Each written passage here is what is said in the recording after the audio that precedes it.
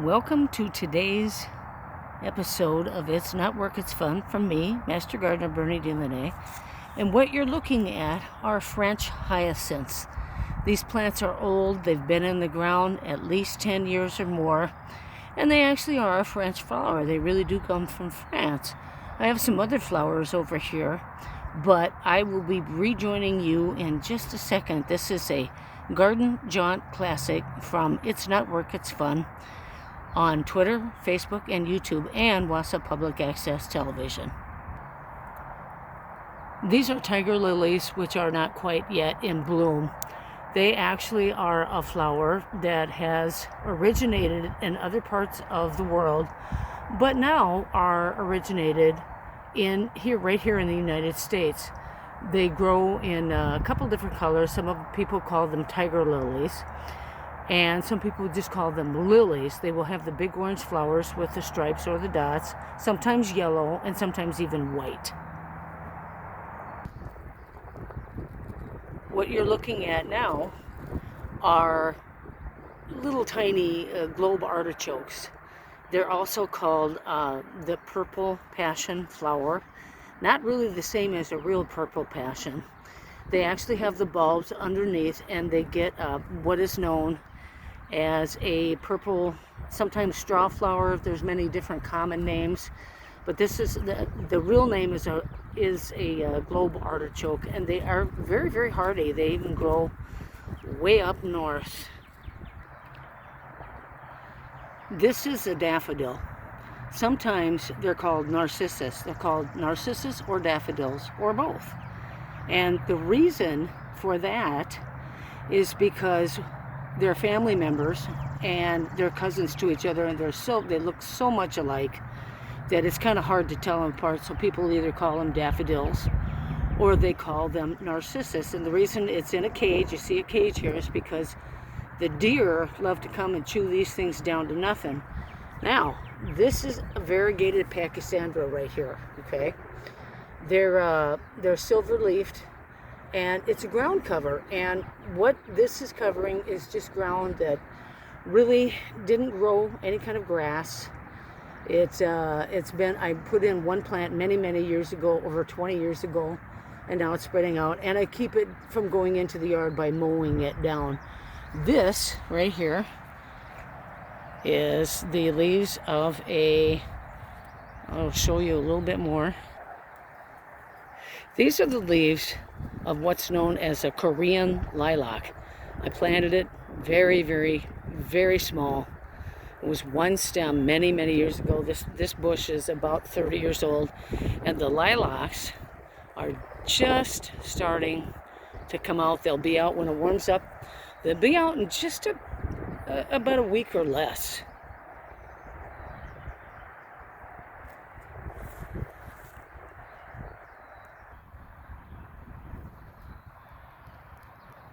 This is a yellow variegated spirea plant. You're looking at the spant blossoms at the top, which you don't necessarily have to cut off. They will grow from seed, but they'll also grow from root too as well. I'll let you get a little bit closer look at that.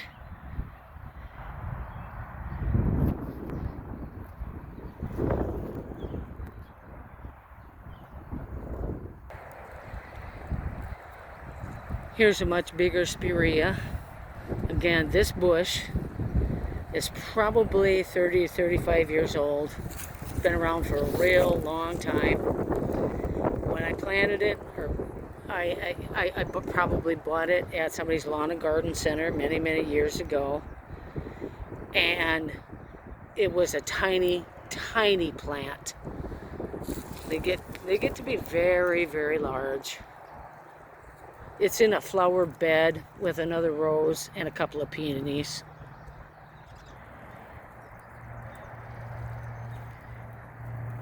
It's just a regular lilac, Persian lilac, that's all it is. It's a little bit windy out here, it's a little bit cold. And the brown spots that you see on the ground, that's an indication that there's a lot of acid in the soil. If you've got moss growing, there's a lot of acid. Sometimes I use pine chips to mulch the plants that I have. Again, this is a This is a lilac that's been planted in the same place at least 10 years. It's just something that I've been doing for many, many years. This again is moss that's growing in the soil. It's caused from high acidity levels. You can get rid of that by putting on some lime in your soil. You can mix it in, you can till it up, or you can just put it on the top, throw some dirt over the top, some real good dirt over the top with a lot of microorganisms in it, and it will help cure that in a number of weeks.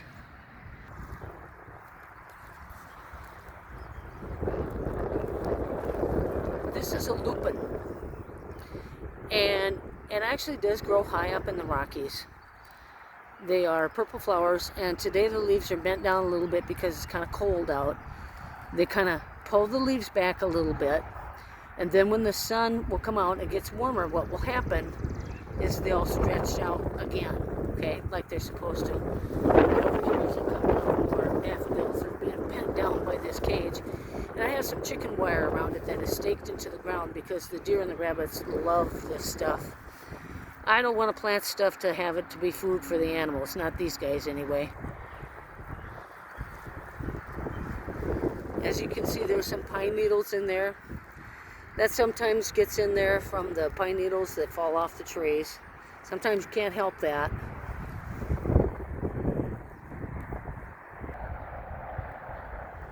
This tree is called a lilac tree. It's getting ready to bloom, and you might notice some fungus in there.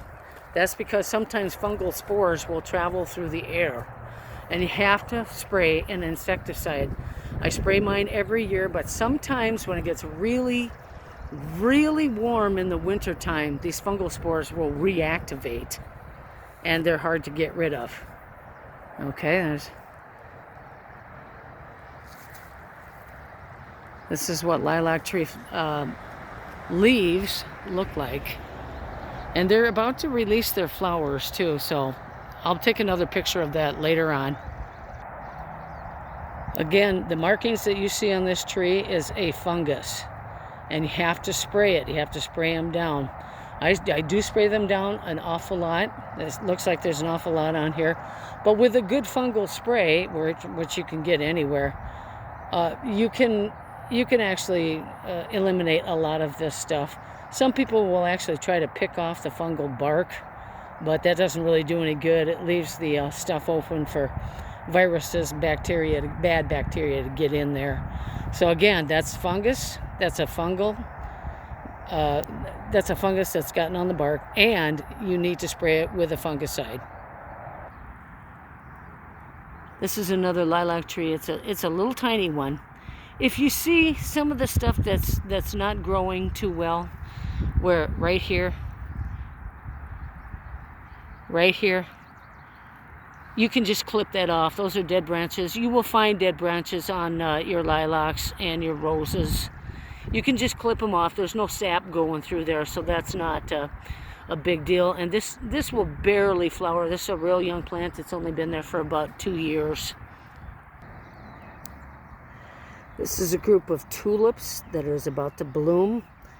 About 6 years ago, I took the little bulblets off the mature bulbs, the tulip bulbs, and I planted them up close to the surface, kept them covered over, and now they're about to bloom for the first time. Again, it took from the bulblets, the little tiny miniature bulbs that you see growing at the base of the tulip bulb, is about to bloom. It took 6 years, and that's from infancy to maturity. And yes, you see another cage, because the animals love to feed on this stuff.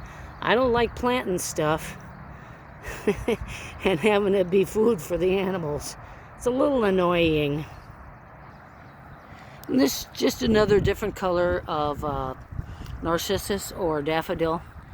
People call them daffodils. They also call them narcissus. As I explained earlier, that it's really the same family member. And some of the peonies, they're not quite shooting their roots up just yet, so I'm not going to show you any of those. But this is a daffodil, and they're beautiful flowers.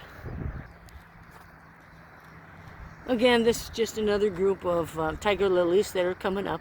They're going to have the big long stems, and they'll have the big orange or yellow flowers. You can hybridize them with quite a few different things. Try a straw flower. The straw flower is known as, I believe it's the Helvetica, I think. I'll have to double check that to make sure that's the correct information. Because a lot of times when I repeat stuff about this, I don't look it up. I've already looked it up many times. At any rate, this will get a lot of flowers in it, and they'll be beautiful.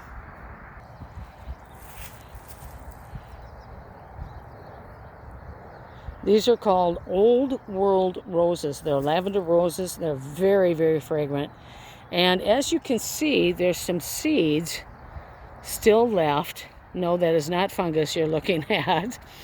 There's some seeds that are still left on the plant from before. It's okay to take those seeds off, put them in a pot, and start them because they will start from seed. And down here is another group of daffodils, or narcissus if you prefer. Okay, so you're looking at a whole bunch of old world roses. And yes, they really do come from the old world over in Europe. That's why they're called that. You just got to glance at my finger. It'll have some beautiful lavender flowers a little less from a month from now.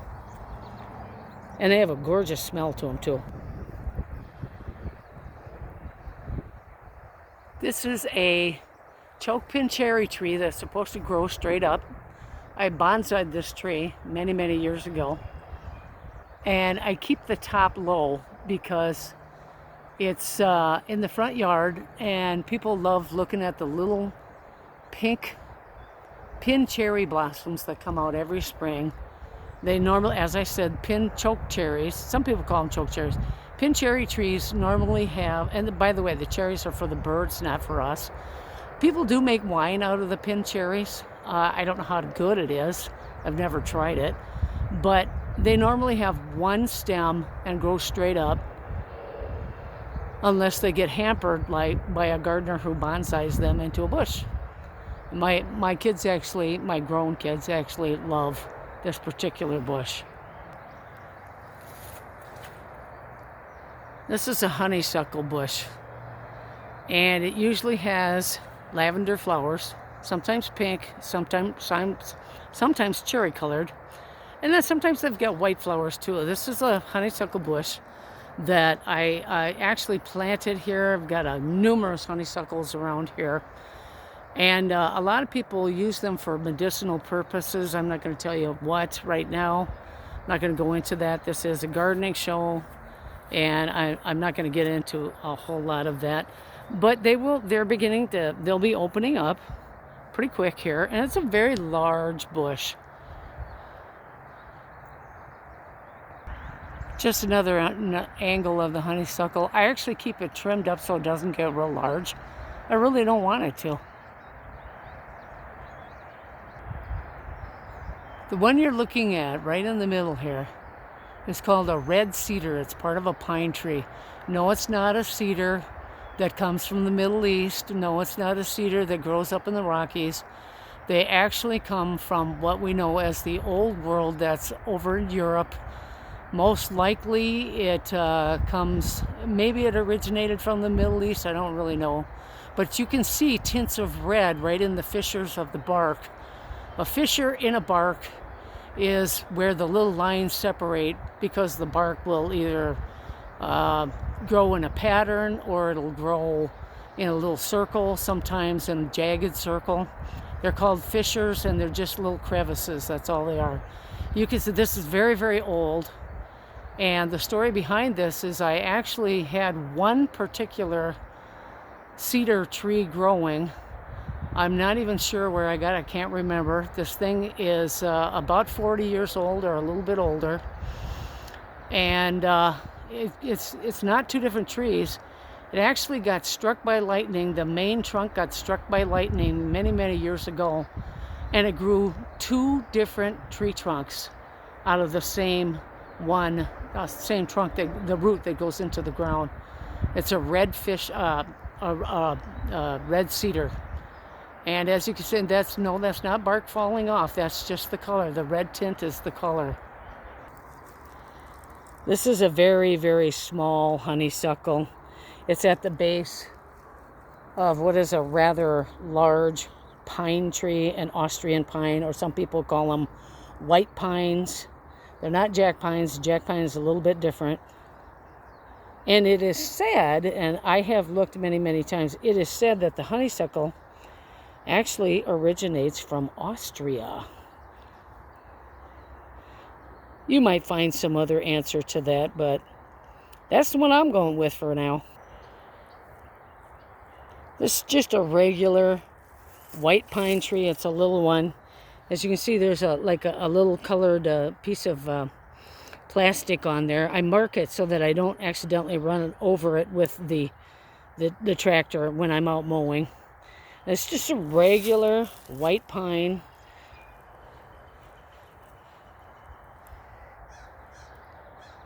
And yes, these do come from Europe as well. They originate over there first. Now, there's a lot of plants that actually have originated right here in America, too. It's not just other countries. And this little tree, I'm going to show you another little tree in a few seconds here. You can see the cluster of pine cones that are forming at the very top is actually a little bit different type of pine tree. This is called a jack pine, and as you can see, there's a tiny cluster at the very top of some of the newly formed pine cones. This is another tree that originated someplace else. And today's episode is actually about identifying different kinds of plants, because some people will look at a plant and they really won't know what it is. They can't tell. Sometimes they just don't remember, and sometimes they don't even care. It's this nice little jack pine here. They call these Pinus americanus. Did they originate here in America? Well, maybe they did. I'm not really sure. More daffodils in more cages. More tulips in more cages. Little gray hyacinths. More daffodils. And they were located at the base of a big pine tree that actually rotted out and fell over. So it gives you an indication of how old this particular little flower garden is. Again, I got them caged off because I don't like the animals getting at them. You're looking at a couple of gigantic pine trees. I'm going to try to go straight up here. That's kind of hard to hold. Go all the way down. I can't even get to the top of the tree. It's so big. It's about 3.5 feet in diameter, and I'm going to show you what's on the ground. These are from an oak tree. These are bitten into acorns. Now, that gives me the indication that there's a big squirrel's nest in one of these trees, and yes, we have some very large oak trees as well. And those are acorns that were eaten by the squirrels. That's what the little dots are that you see. I'll get a little closer here so you can see them. So if you see this, you get an indication there's a big family of squirrels around your property. What you're looking at is a fairly good sized pile of marsh hay that I make, and a whole bunch of maple leaves that I'm going to use on my flower gardens throughout this next summer. And the tomatoes and the peppers that I have started. Got some beautiful little pepper plants growing. You can make marsh hay by cutting down the marshy grass stems that are in your pond or on your shore. Like I said, today's episode of It's Not Work, It's Fun is about identifying the plants that are around you so you know what you're looking at.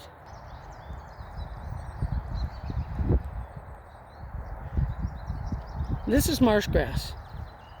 Okay, it grows in the water. And if you add dirt to your shoreline, which I did many, many times, this pond wasn't always this nice, you can keep it dry enough to mow along the shoreline.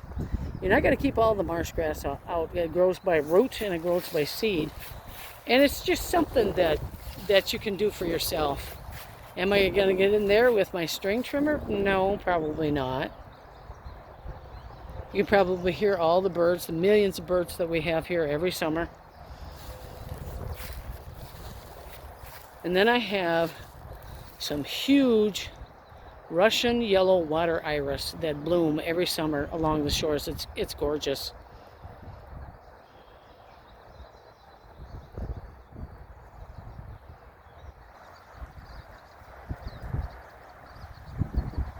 This is a multiple trunk maple tree. It's got many, many, many trunks to it, at least a dozen. It's a gigantic maple tree. And it's really, really old. It's been here for many, many years. And you can see some of the pines that they'll go over the top.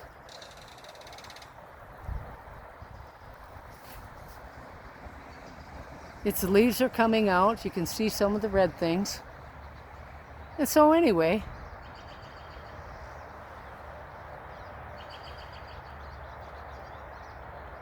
it's just about in bloom. Another beautiful little jack pine. Some lilies coming up here. We got a whole pile of wood chips in here so that you can see what's going on.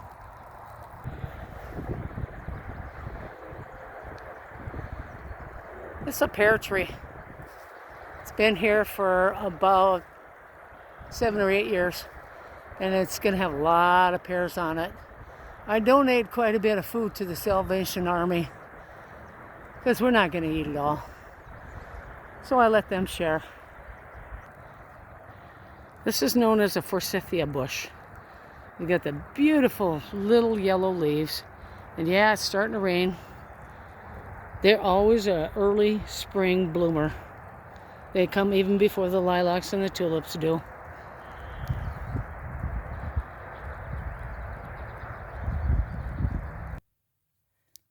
Just a regular little beefsteak tomato plant that you're looking at here, folks.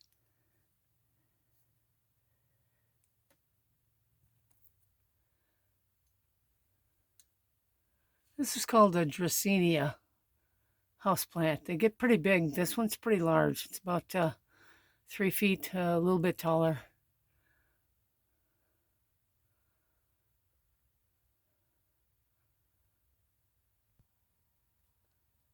This is a hibiscus. It doesn't have any flowers on it. The blooms are about to open up, and I have it encased. It's a bloom right there. I have it encased in some plastic so it's warmer, because this is a Florida plant and they really love the heat.